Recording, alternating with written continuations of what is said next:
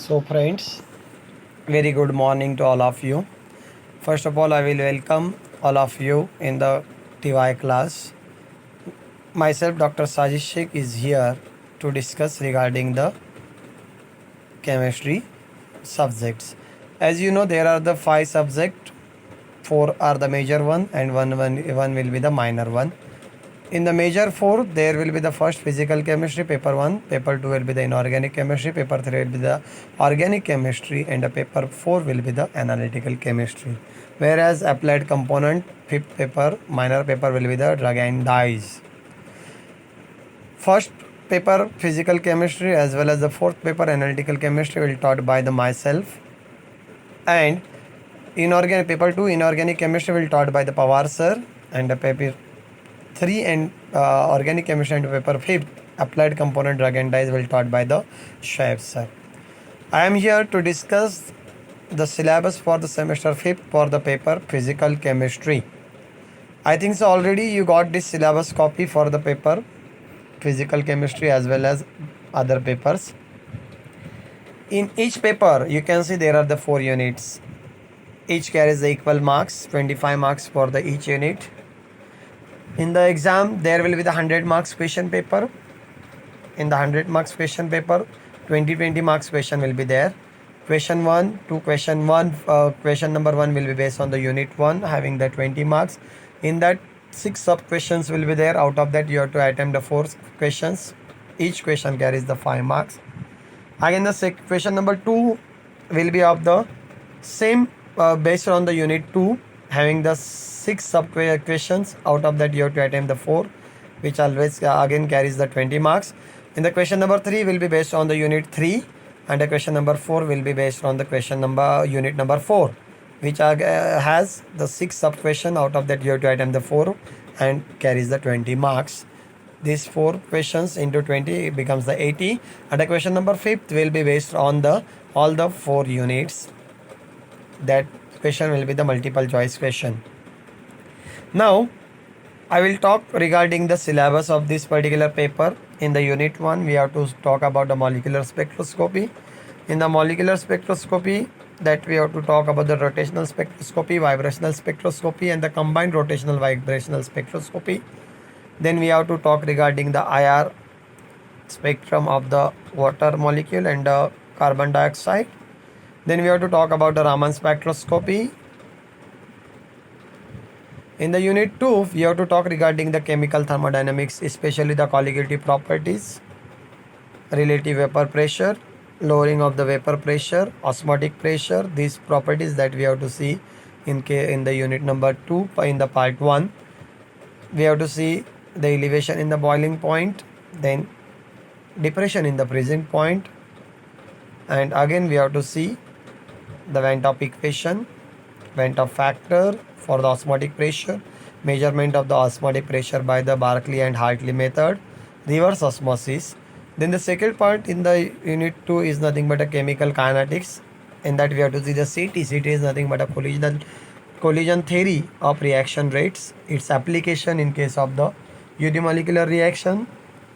It is again also known as the Lindeman's theory, and for the bimolecular reaction.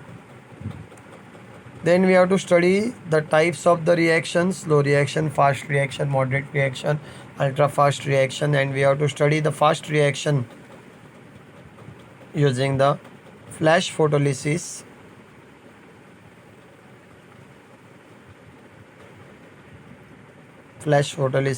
and stop flow method. In the unit 3 we have to discuss about the nuclear chemistry.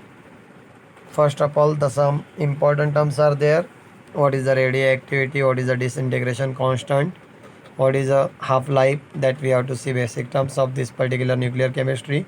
Then detection and measurement of the radioactivity, its types, and the characteristics of this particular radiation. Then we have to detect nuclear radiation using the Geiger-Müller counter and the scintillation counter. Then we have to study the application of this particular radioisotope as a tracer in case of the chemical reaction, age determination using the carbon dating, C14 dating.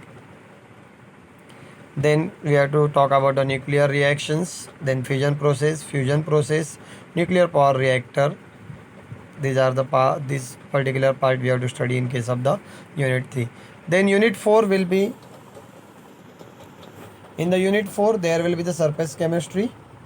There will be the, we have to see the some important terms: adsorption, absorption, in the physical adsorption, chemical adsorption, then types of the adsorption isotherm, Langmuir adsorption isotherm, their postulates and the derivation. Beat equation, we have to see its derivation not expected. The use of this beat equation in the determination of the surface area we have to study. Then second part of this unit 4 is nothing but a colloidal state. We have to see the term, the important terms: colloids, emulsion, gels, salts, its electric property we have to study. Then concept of the electrical double layer, zeta potential, Helmholtz and Stern model we have to study. Electrokinetic phenomena like the electrophoresis, electroosmosis, streaming potential, sedimentation potential, urban membrane potential that we have to study. Colloidal electrolyte introduction, micelle formation that we have to see again.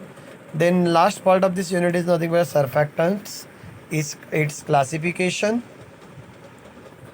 and application in the detergents and in the food industry. That part you have to study in this semester, particular semester. Now we will actually start the unit 1 of this particular paper 1. Unit 1 is nothing but a molecular spectroscopy, as we have already talked. Spectroscopy is nothing but the study of interaction of the radiation with the matter. While studying the spectroscopy, first of all, we should know the types of the molecules. There are the two types of the molecule. One will be the polar molecule and another will be the non-polar molecule. What is the polar molecule and what is the non-polar molecule, that we have to discuss. Polar molecule is nothing but, in that particular molecule, the center of gravity of the positive nuclei does not coincide with the negatively charged electron, resulting the molecule is called as the polar molecule. Example is the HCl, chloroform, ammonia, water, etc. You can see in case of the HCl, hydrogen is more electropositive, whereas Cl is the more electronegative. Hydrogen carries the positive charge, whereas chlorine carries the negative charge. The atoms of such a molecule has the different electronegativities. Whereas for the non-polar molecule, the center of gravity of the positive nucleus coincide with the negatively charged electron, resulting the molecule is called as a non-polar molecule. Example is given: the hydrogen molecule, chlorine molecule, iodine molecule, etc. The atoms of such molecules have the same electronegativities. To become the non-polar molecule, there should be the same electronegativities, and to become the molecule, become the polar molecule, it should have the different electronegativities. Now, the important term to while studying the spectroscopy, there should be the polarity of this particular molecule. Molecule should be the polar, then and then only interaction of the matter with the radiation will be the possible. In case of the non-polar molecule, to the some extent that interaction will be there. While studying this particular polar molecule, as we talk regarding this polar molecule, there is a large electronegativity difference between the two atoms of that particular molecule. Consider the HCl, in that each hydrogen is there and the Cl is there. Here, amongst this, hydrogen is the more electropositive, whereas the chlorine is the less electropositive. What is the electropositive and what is the electronegative?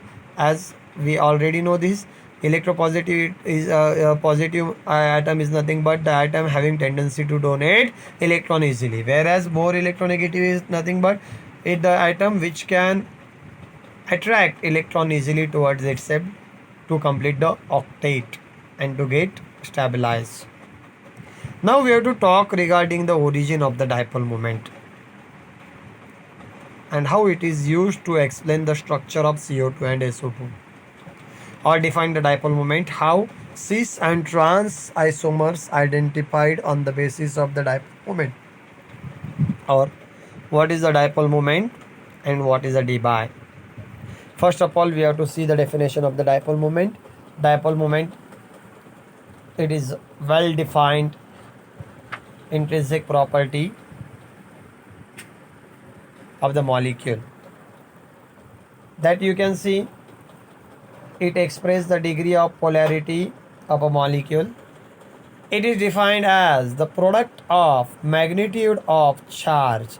Charge may be the positive or negative, and the distance between them, that is nothing but a bond length. It is denoted by the symbol R. It is a vector quantity. It is represented by the arrow with a cross tail. Example is shown HCl.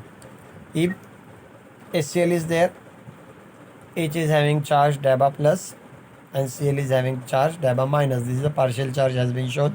Consider a molecule HCl having the positive charge Q plus H plus atom, which is separated from a negative charge Q minus Cl minus atom by the distance r, that the dipole moment is given by. You can see here H plus, that is denoted by the Q plus, whereas Cl minus is represented by the minus Q, and which are separated by the distance r.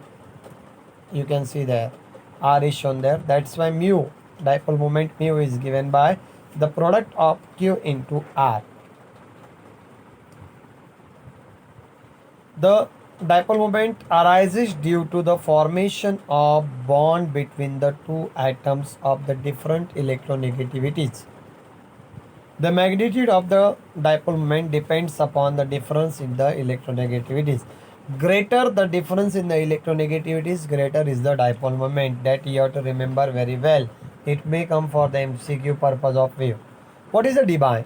dBi is nothing but the CGS unit of the dipole moment, which is denoted by D. The quantity 10 raised to minus 18 ESU, electrostatic unit centimeter, is called as the 1 dBi unit. That is 1 D is equal to 10 raised to minus 18 ESU centimeter.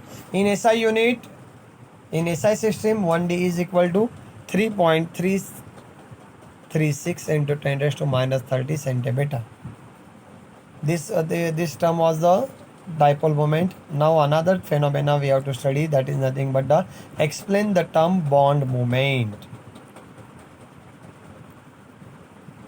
First of all, we have to see the definition. Bond moment of a covalent bond is defined as the dipole moment associated with the bond. What is that?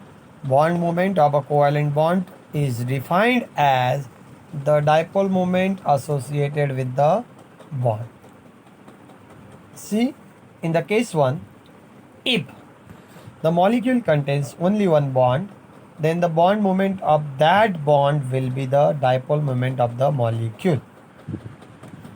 In the second case, if the molecule contains more than one bond, then dipole moment of the molecule will be the vector sum of the individual bond moments of all the bonds in the molecule. Vector addition of the bond moments, the dipole moment of the molecules is vector sum of the individual bond moment if mu1 and mu2 are the bond moments of the two bonds inclined at an angle theta, as shown in the figure that you can see. The resultant dipole moment of the molecule is given by, see, you can see in the figure, mu2, mu1, these are the two particular bonds are there which are inclined at an angle theta. Then resultant mu, that is the mu net, is given by under root mu1 square plus mu2 square plus mu1 mu2 cos theta. That cos theta, that theta is nothing but the angle.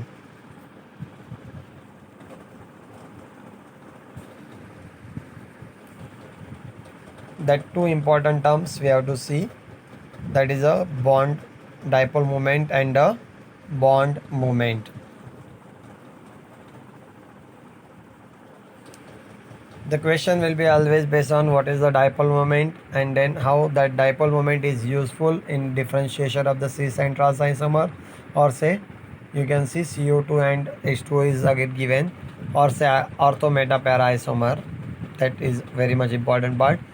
Consider first ortho meta para substituted by the chlorobenzene. Ortho meta para substituted chlorobenzene. Ortho dichlorobenzene is given. The dipole moment for the molecule is given by mutinate is equal to. Here you can see two Cl atoms are there and which are separated by which are inclined at an angle 60 degree to each other. That's why at the place of the cos theta, instead of theta we will put the 60. Cos 60, that will nothing but a half and it becomes 0.5. That's why mu is equal to that particular net dipole moment is nothing but a mu under root 3.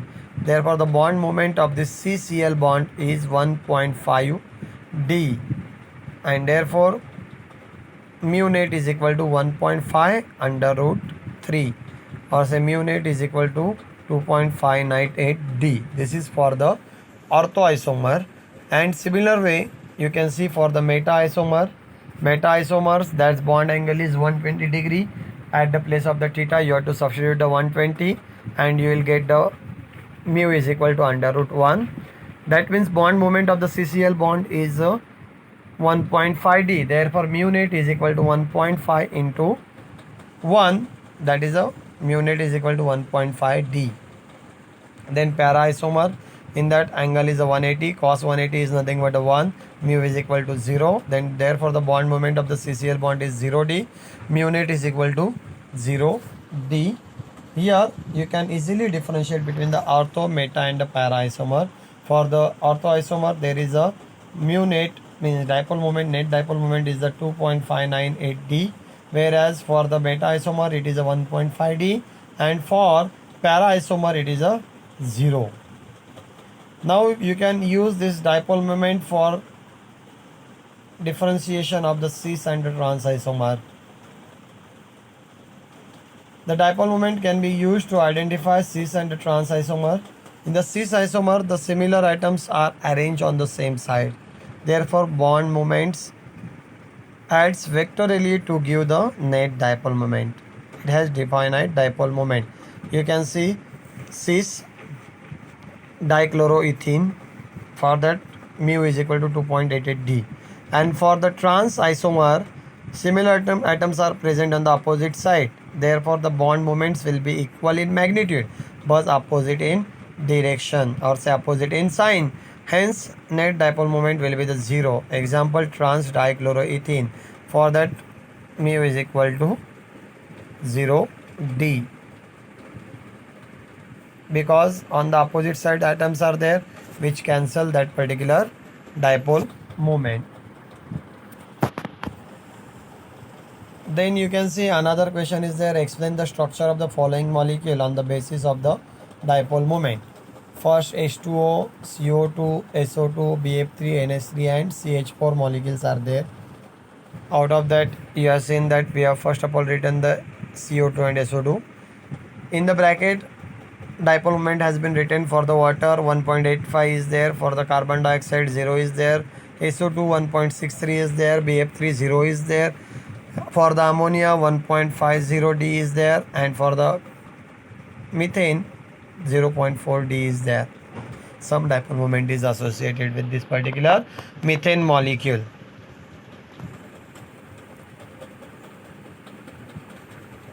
Now we will see one by one.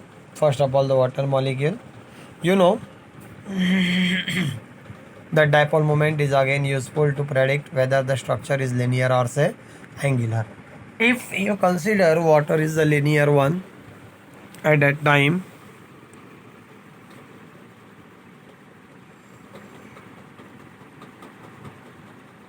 in the structure A, you can see linear water molecule has been shown. In the structure 2, the triangular or say angular water molecule is shown. You can see when the molecule is linear, at that time bond moment cancel each other, whereas we consider the angular shape of this water molecule, at that time net dipole moment exist there. You can see there. In the structure A, dipole moment of the two OH bond is equal in magnitude and opposite in direction will cancel out. That's why here For the linear water molecule, dipole moment is 0.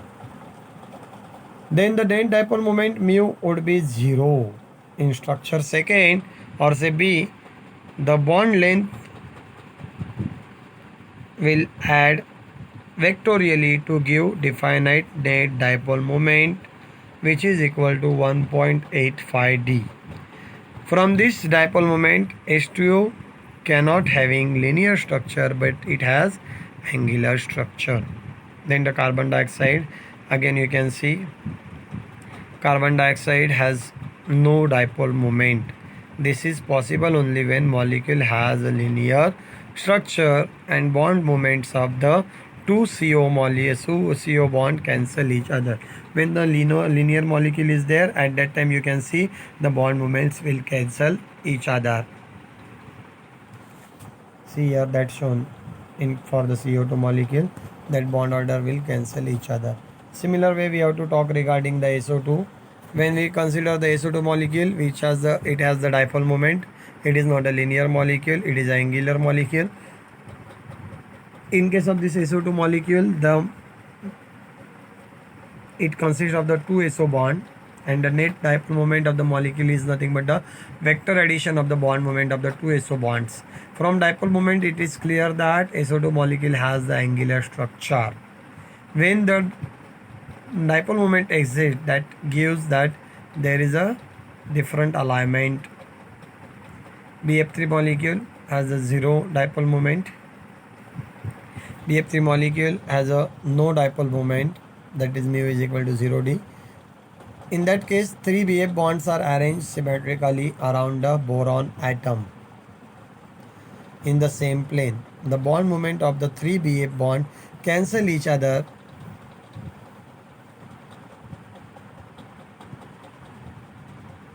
which effect, hence it has the planar structure. Then we have to talk about the ammonia molecule. It has a dipole moment, that is a 1.5 d. The 3 hydrogen atoms lie in the one plane symmetrically. Nitrogen atom at the apex of the regular pyramid. The dipole moment of the 3 NH bond on the vector addition contributes to the dipole moment. Nitrogen atom having lone pair of the electron which is not attached to any atom, which contribute to the net dipole moment. The net dipole moment of the NH3 molecule is resultant of the bond moment of the 3 NH bonds, and that due to the lone pair of electron. Mu is equal to 1.47 d. In case of the methane molecule, you can see CH bond possesses a dipole moment of 0.4 d.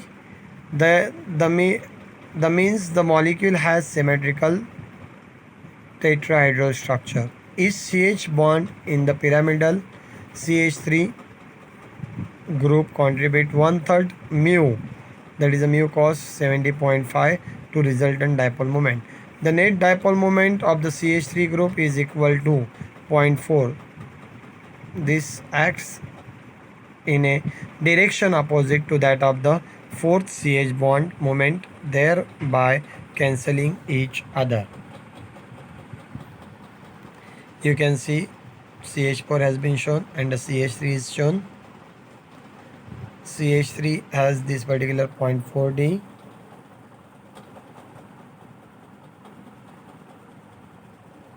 Methane has the zero dipole moment, but this CH3 molecule possesses a 0.4 d. That is a very much important thing. The one question will be based on this particular part that already we have seen, that is nothing but the dipole moment. That part you have to prepare very well. Dipole moment is nothing but the definition, it is nothing but the intrinsic property of the particular molecule which express the degree of polarity of a molecule. It is defined as the product of the magnitude of the charge, whether it is a positive or negative, and the distance between them. For example, HCl molecule has been considered. There is a H having the positive charge and Cl is having the negative charge. Here shown that Q plus is separated, q plus and q minus are separated by the distance r. That's why dipole moment mu is given by the symbol mu is given by q into r. It is again useful in case of the MCQs. This mu, the dipole moment arises due to the formation of the bond between the two atoms of the different electronegativities. That we have to remember. Or greater is the difference in the electronegativities, greater is the dipole moment. And dBi is nothing but the unit of the dipole moment. That and in the next part we have seen the application of the dipole moment to study the different molecules. How we can identify the ortho, meta, para isomers by using the dipole moment, that we have seen already. For the ortho isomers, for this dichlorobenzene, you can see for ortho dichlorobenzene, two chlorine atoms are separated by the angle 60 degree. And for this particular meta isomers, these two chlorine atoms are separated by the angle 120 degree. And in case of the para isomer,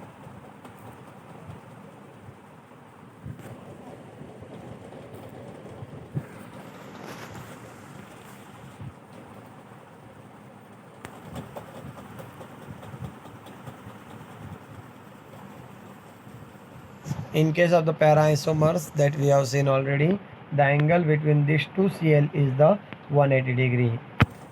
That's why you can easily differentiate between the orthoisomers, meta isomers and the para isomers. Orthoisomer has the more value as compared to the meta as compared to the para isomer. Now then the how we can differentiate between the cis and trans. In case of the cis, there will be the some dipole moments because the two similar atoms are on the same side. But in case of the trans isomers, the two similar atoms are on the opposite side, which cancel the bond moment. The example of given is the cis trans chloroethylene, cis dichloroethylene and the trans dichloroethylene. For this particular, we have seen for the cis dichloroethylene, this mu is equal to 2.88 d, and for this particular trans dichloroethene, that mu is equal to 0 d. Then we have seen the different molecules. From that, by using this dipole moment, you can say structure of this molecule, whether the water is the linear or angular, whether the carbon dioxide linear is angular, SO2 is linear or angular, or BF3 has which structure. BF3 has the planar structure, NH3 has again the planar structure, then CH4 has the tetrahedral structure. That you can we can predict from this particular dipole moment. Dipole moment always gives idea about the structure of the molecule.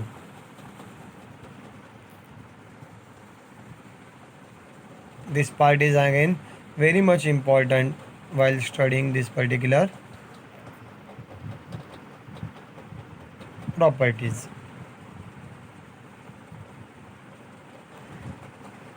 Where one question will be based on this particular part, what is the dipole moment and how it will be used in differentiating the structure of the particular molecule, or in differentiating the ortho, meta, para isomers, or to identify the cis and trans isomers. On the very first page, that question is there. What is the dipole moment and how it is useful in the differentiating or say identifying the cis and trans isomer? Or another question was there, how it will help to explain the structure of the CO2 and SO2 molecule. This part we have to prepare very well because important question is there. 5 marks question will be there on this particular part, and remaining at that time I said this part is useful for the MCQ purpose of view. That part will be there for the MCQ purpose. This means what is the dipole moment and how that dipole moments always depends upon the electronegativities